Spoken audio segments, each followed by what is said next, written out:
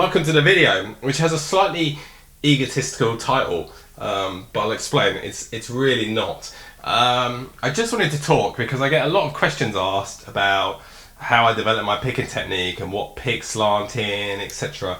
I use, and then also some technical terms I honestly don't know what they mean. And lately I felt like a bit of a fraud. So I went and watched all of the Troy Grady videos, Cracking the Code, which is, they're quite old now, I think 10 years plus, but fantastic editing and really informative and well researched, etc. And I was thinking, so I started to analyse, like, why do I not know any of this? Like, I never had to do this. And honestly and truly, like, picking or a technique on guitar, full stop, was actually very easy for me.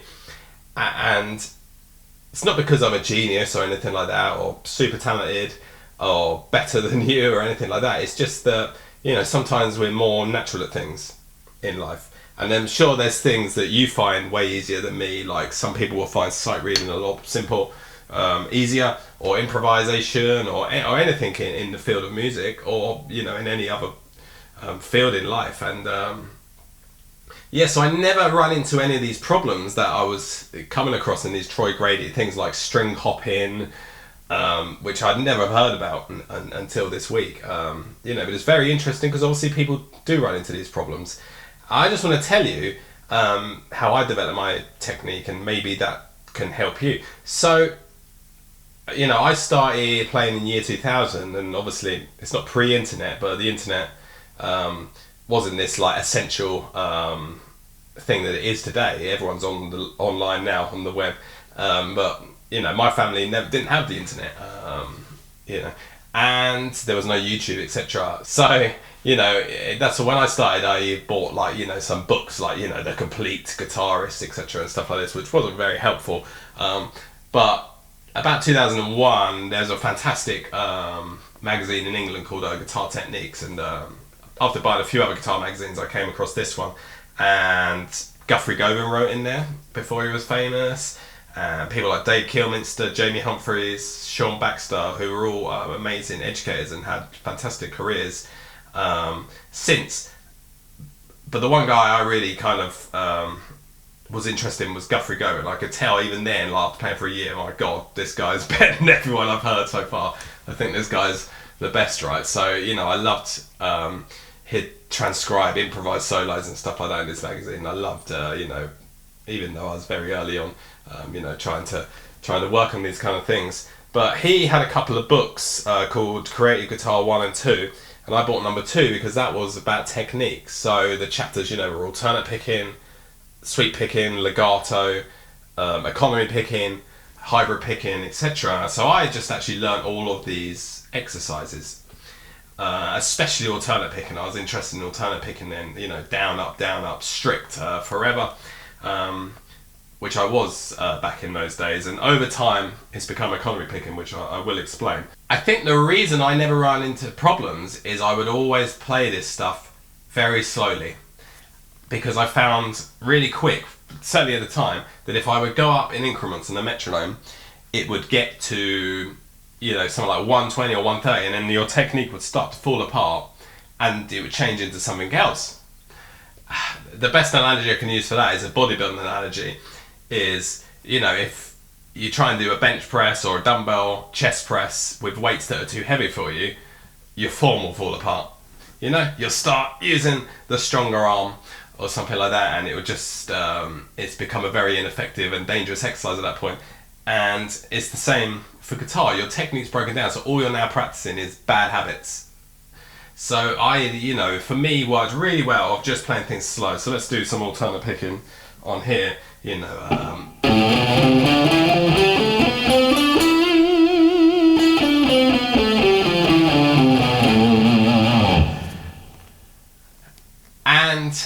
over time, that would get a bit faster.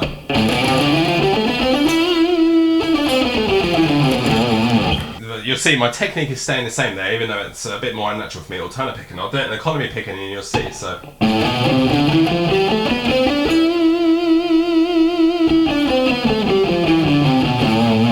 Then I'll play it fast.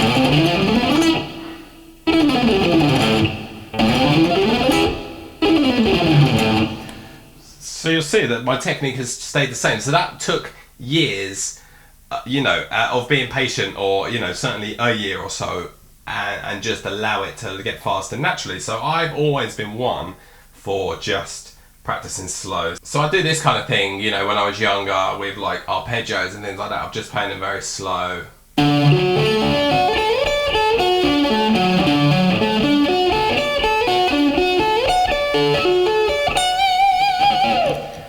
Over and over again, even slower.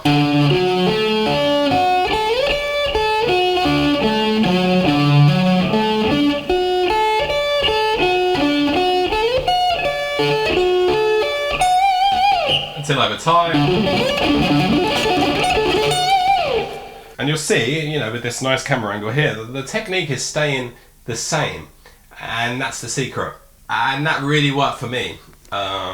So I think, give that thing a try, especially if you're earlier on in your playing career. I mean, I'm sure a lot of people watching this have already used like Troy Grady things and broken these problems in their picking anyway, but this really worked for me. I just kind of wanted to explain that. So I have analysed my technique a bit more since I started making YouTube videos, because I noticed that there was a lot of thumb movement, which I never would have thought, when I watch it always looks like, the thumb staying like perfectly still. So I analysed this, I was like, oh, what's going on with my thumb here? And I realised I actually hit the strings with like a very flat pick. And I remember noticing early in playing, watching a Paul Gilbert video, that he had a really quite extreme, well, it was a pick slant, which I preferred the sound of like hitting the pick full phase. So I guess that's like, let's say that's 90 degrees, and then the pick slant will be 45. So it is a different sound.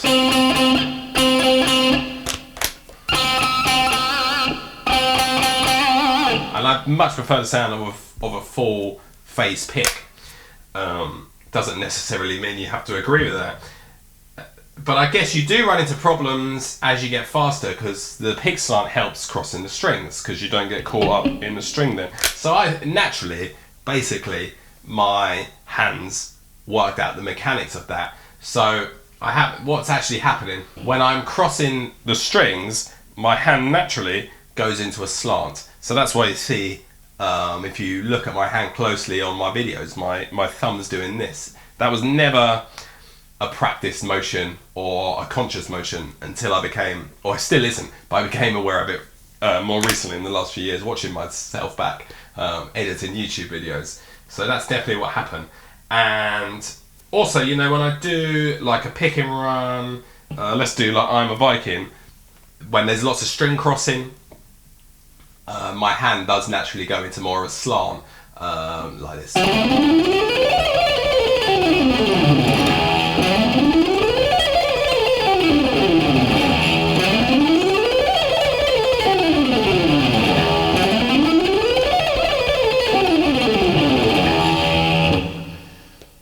But then, watch when I do some sweeping, very flat pick.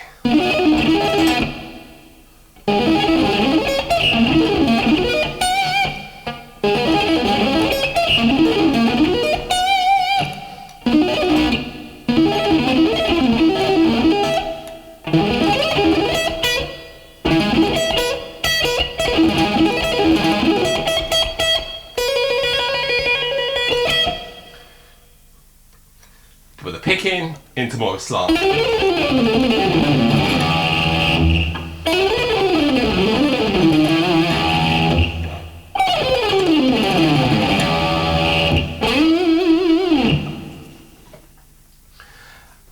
So that's it really for me as I come to picking. Definitely when I'm doing like more sweeping,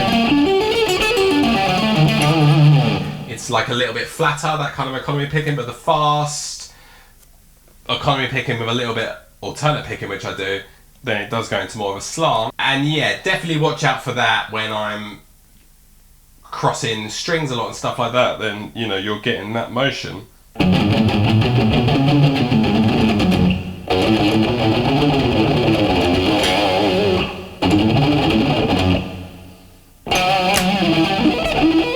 I feel that's why most people struggle with picking. It's because of the motion is changing, which wasn't an issue for me, I think, and I totally attribute to that of being really patient, practicing slower ways, and then letting it build up naturally. So yes, I always did play with a metronome, just a lot slower, and then I would find over, say, 6 months that I could just play it fast and up to tempo. I honestly never have, and you don't have to believe me. That's fine, but I never ever practiced something, any lick, say, started on 80 BPM and I worked it up to 200. I never did that ever, and I'm not saying it's right. There's no right way. Whatever way gets you there, but that was just for me. And yeah, I just wanted to clear up a few things, because many people ask me about all this pig slanting and stuff like that, and I know there's some more complicated things, but I think really, and it boils down to it, yes,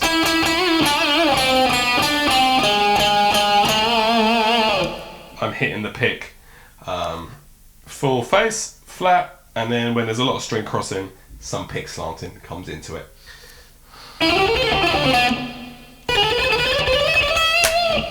So I can play over a single string and it's a pretty flat pick.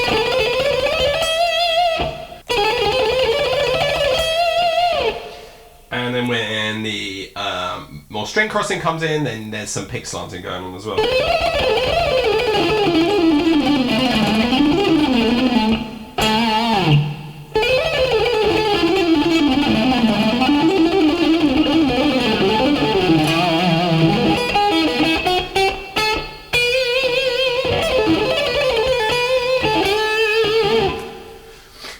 So yeah, I learnt very strict alternate picking, and about 5 years ago I analysed my picking for the first time.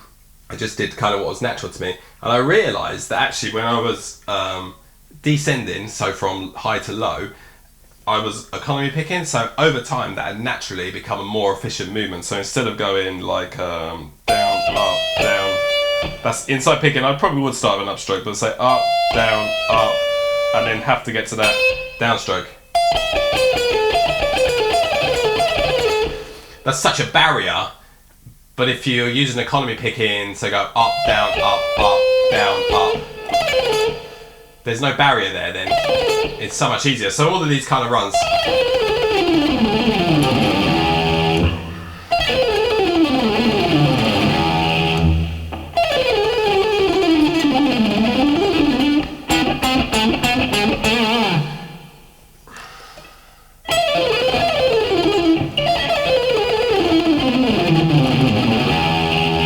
All of those kind of runs like that, they had naturally become economy picking, so I actually made the decision to cross over much more to economy picking, because still for alternate pick, still for ascending run, so from low to high, I was still alternate picking that, so like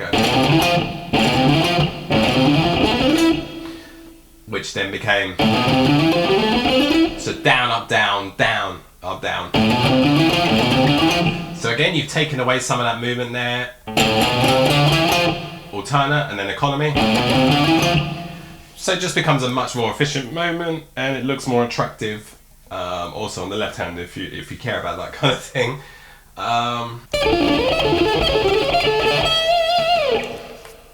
And it's allowed me finally, because my dream was always to be able to pick every note. Which for the most part, I can do that now. I'm not the fastest player in the world. There's definitely people out there faster. But you know, this kind of thing, it's a bit hard because this thing's here. What should we play?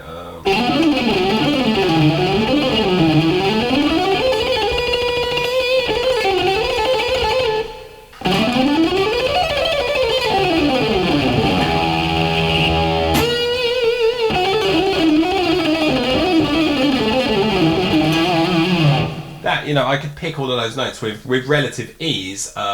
So when I did alternate picking, then you would run into trouble all the time when you're improvising, and then you get into that kind of Paul Gilbert territory where you're adding some more hammer-ons and stuff to, you know, sort out some of those problems. And that's always the problem for me with alternate picking, is it throws up too many technical issues. Where economy picking, you can just forget it and go for it.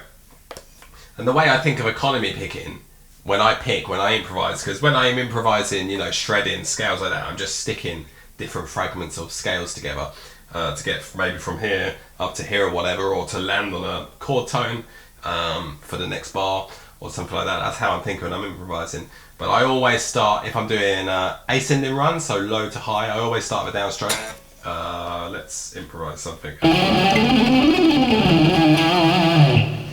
So I always start with downstroke, but if I'm going to descend, so from high to low, I'll always start with an upstroke. So the way I always think when I'm improvising is if it's going to be an ascending run, so from low to high, I'll start with downstroke. So something like this. Where if I was going to do a descending run or start descending, then I'm going to start with an upstroke.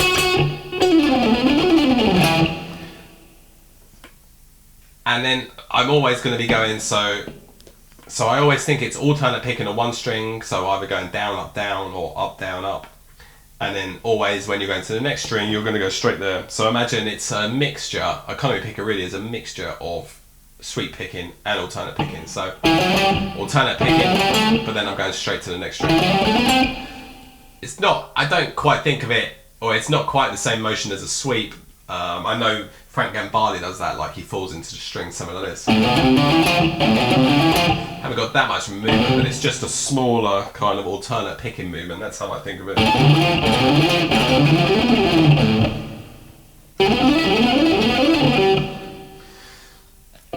That would be a lot harder, you know, to alternate pick it.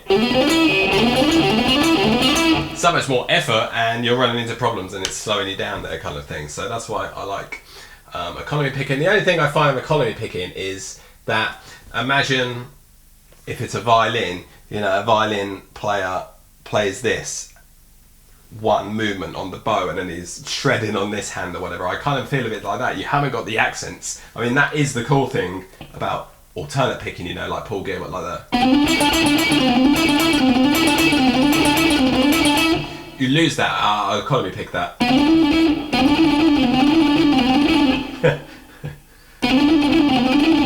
You understand? It's more of a cascade of notes. That's how I think. So when I'm playing, like shredding, picking the notes, I'm thinking of it more as a cascade of notes, not so rhythmic. It's more of like a wash of notes, which I'm trying to fill the gaps to get to like the next chord tone or something like that. That's how I feel when I'm improvising. But yeah, certainly with alternate picking, you get that much more rhythmic accent, you know,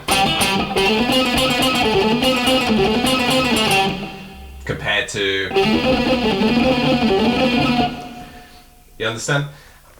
So I think it also comes down to a matter of taste. Do you want to have that more kind of spiky accent, Paul Gilbert type sound, or maybe like a more Ingve, you know, that, you know, kind of sound, I guess. But you know, if you can still get the accent if you try really hard. I'll play I'm a Viking thing again, and I'll try and, you know, add in a few more.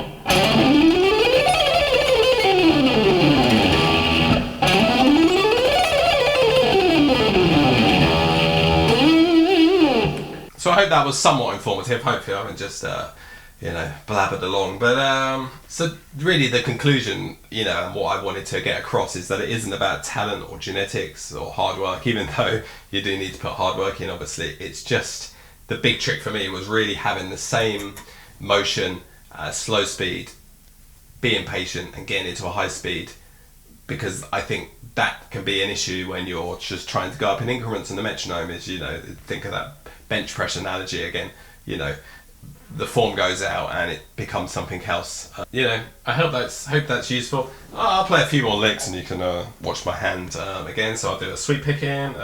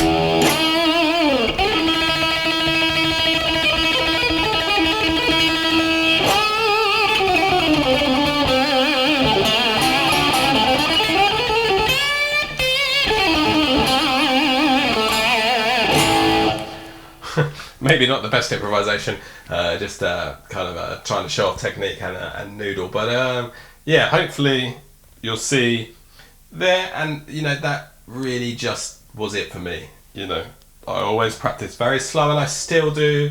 You know, at the moment I'm relearning all the 24 caprices, and I'm just doing, you know, this kind of thing. Have I got enough room?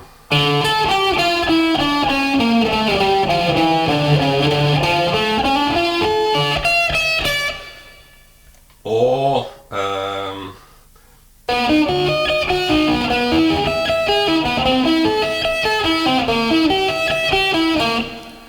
to really lock in the muscle memory and also the memory of the notes, and in like 6 months or so keep doing that, and then I'll just be able to play it like up to tempo, because it's just going to have locked in so much, both muscle memory and the mind. You know, it's all connected, and those neural connections have been made. I think that's it really, isn't it? You're trying to make neural connections, and if you rush on too quick, then your body or your brain and your muscles is not going to be able to make the adaptations. So yeah, if you're into bodybuilding, it's exactly the same thing. You know, you got to be patient for the gains. So that's it really, patience. Hopefully that helped and was coherent. Anyway, peace.